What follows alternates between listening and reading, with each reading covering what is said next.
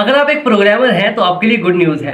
खासतौर पे अगर आप टेक से रिलेटेड हैं या टेक में अपना करियर बनाना चाहते हैं तो ये वीडियो आपके लिए बहुत इंपॉर्टेंट है। मैं आपको सजेस्ट करूंगा कि ये वीडियो आप कंप्लीट वॉच करें, क्योंकि इस वीडियो से आप बहुत कुछ सीख कर जाएंगे। देखिए, जितने भी प्रोग्रामर्स हैं वो चाहते हैं कि उनकी प्लेसमेंट किसी बड़ी टेक कंपनी में हो, जैसे माइक्रोसॉफ्ट, गूगल, अमेजॉन और भी बहुत सारी हैं। सबके नाम आपको स्क्रीन पे शो हो रहे होंगे। अब इन कंपनीज में प्लेसमेंट हासिल करना कोई आसान काम नहीं होता। अगर आप ये सोच रहे हैं कि आप HTML, CSS, जावास्क्रिप्ट सीख के आप इन कंपनीज में प्लेसमेंट हासिल कर सकते हैं, तो मेरे दोस्त आप गलत सोच रहे हैं। इन कंपनीज में प्लेसमेंट हासिल करने के लिए आपको किसी पावरफुल लैंग्वेज में एक्सपर्ट होना होगा, जैसे पाइथन, C++, जावा। एक्सपर्ट मीन आप इन लैंग्वेजेस को यूज करते हुए कंप्लीट सॉफ्टवेयर डेवलप कर सकें। उस सॉफ्टवेयर का फ्रंट एंड भी हो, उसका बैक एंड भी हो, वो डेटाबेस के साथ कनेक्ट भी हो।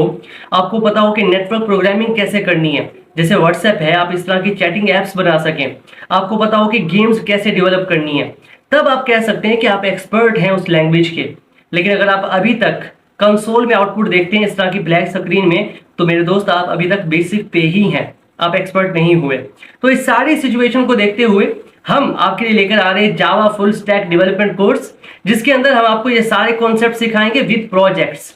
तो हमारा कोर्स स्टार्ट होगा 18 जुलाई से। अगर आप चाहते हैं कि कोर्स 18 जुलाई से पहले स्टार्ट किया जाए तो हमें कमेंट सेक्शन में बताइए, हम उससे पहले स्टार्ट कर देंगे।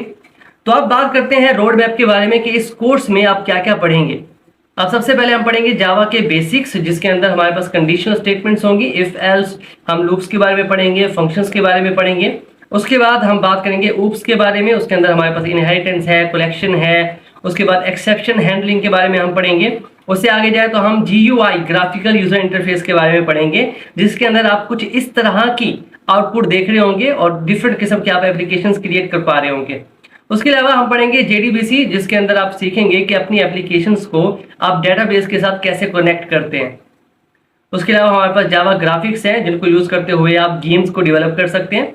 उसके बाद सॉकेट प्रोग्रामिंग, इसको यूज करते हुए आप डिफरेंट एप्लीकेशंस को, डिफरेंट प्रोग्राम्स को कम्युनिकेट करा सकते हैं। आप इनके अंदर सर्वर्स क्रिएट कर सकते हैं, इनके अंदर क्लाइंट्स भी क्रिएट कर सकते हैं। उसके बाद मल्टी थ्रेडिंग के कॉन्सेप्ट आपको सिखाएंगे हम। उसके बाद आप सीखेंगे वेब एप्लीकेशन डेवलपमेंट। अब इसके अंदर आपको एक फायदा है, अगर आप HTML, CSS और जावास्क्रिप्ट सीख चुके हैं तो आपने फ्रंट एंड तो कवर कर लिया, बैक एंड पे आप जावा को यूज कर सकते हैं। तो इससे क्या होगा, आप वेब डेवलपमेंट के फुल स्टैक डेवलपर बन जाएंगे और साथ में आपको जावा भी आती होगी। जावा का एक और फायदा भी है कि आप उसे ऐप डेवलपमेंट में यूज कर सकते हैं, तो जितने भी एंड्रॉइड ऐप्स हैं आप वो भी डेवलप कर पाएंगे। तो जावा के काफी सारे फायदे हैं, इसीलिए हमने जावा को चूज किया आपके लिए। उसके बाद हम जावा सर्वलेट के बारे में बात करेंगे और भी काफी सारी चीजें हैं जो आप इस कोर्स में सीख रहे होंगे।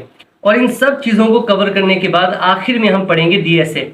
अब आप सोच रहे होंगे कि ये सब कुछ कवर करने के बाद हम DSA क्यों पढ़ेंगे। DSA तो हमें बेसिक कवर करने के बाद पढ़ना चाहिए।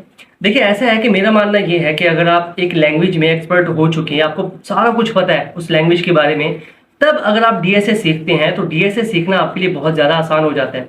यही वजह है कि आपको जावा स्पेशलिस्ट बनाने के बाद हम DSA स्टार्ट करेंगे और DSA के जितने भी कॉन्सेप्ट्स हैं सारे हम आपको पढ़ाएंगे। तो अगर आप हिस्सा बनना चाहते हैं इस कोर्स का और जावा के स्पेशलिस्ट बनना चाहते हैं तो हमारे चैनल को सब्सक्राइब कर लीजिए और बेल आइकन को प्रेस कीजिए, ताकि जैसे ही हम कोर्स स्टार्ट करें वीडियोस आप तक पहुंचे।